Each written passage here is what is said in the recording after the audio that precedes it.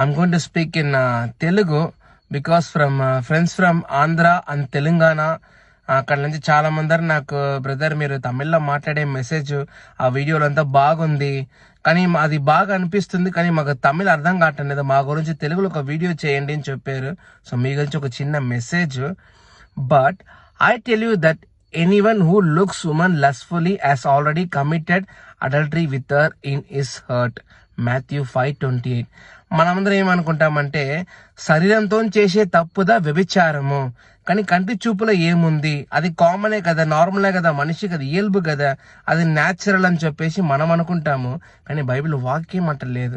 Bible వాక్యం ఏం చెప్తుందంటే మీరు కంటితో చూసే చూపు అది కూడా వచ్చి ఒక మీరు వ్యభిచారంతో చేసినతో సమం అని చెప్పేసి బైబిల్ వాక్యం చెప్తుంది. చాలా మంది అనుకుంటారు బ్రదర్ అవును నేను చూస్తున్నాను, నేను ప్రేయర్ చేస్తున్నాను, బైబిల్ చదువుతున్నాను, కానీ నా వల్ల దీని నుంచి బయట రాన మాలటం లేదు అని చెప్పిన వాళ్ళకి తెలుగులేని ఒక పాట, ఆ పాట నుంచి నేను ఒక లైన్ చెప్తా మీకు. మోగపు చూపే నేరం వ్యభిచారము కన్నా ఘోరం, వింటే బైబిల్ వాక్యం ఇంకా లేనే లేదుగా పాపం.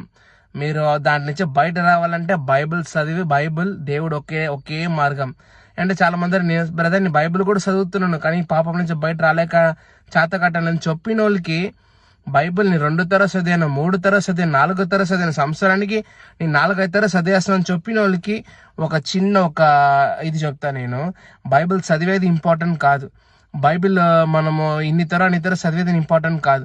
ఆ బైబిల్ వాక్యాలని ఏముందో దేవుడు ఏం రాసి పెట్టాడు ఆ వాక్యాలని మన హృదయాలలో పోవాల.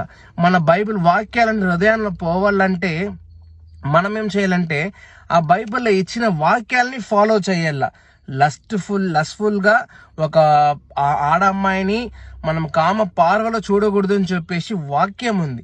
దాన్నట్టుగా మనం ఫాలో చేస్తే దేవుడు మనని నడిపిస్తాడు. సో మనకు పాపం నుంచి బయట రాలేక చేతకాలేదు, నా వల్ల ఒక పాపంను ఇరుక్కున్నాను అని చెప్పిన వాళ్ళకి దేవుడు ఒకడే మార్గం.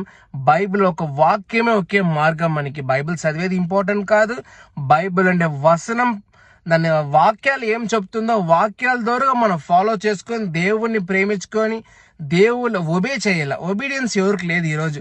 బైబిల్ 4 తర 5 తర చదివి అంటున్నారు కానీ దాని వాక్యం ఏముందో, బూతులు మాట్లాడకూడదు, చెడ్డ చూపులు చూడకూడదు, చెడ్డ మాటలు వినకూడదు, మనము చేయకూడదు అని చెప్పి ఆ వాక్యాలు అన్ని చేసి ప్రేయర్ వాక్యం దేవుడు దేవునికి మన ప్రేయర్ కానీ మన ఏమి వినిపోదు. సో దేవుని విశ్వాసంతో మీరు అడగండి, ప్రేయర్ చేయండి, దేవుడు మనం నడిపిస్తాడు. Thank you and love you all. Bye.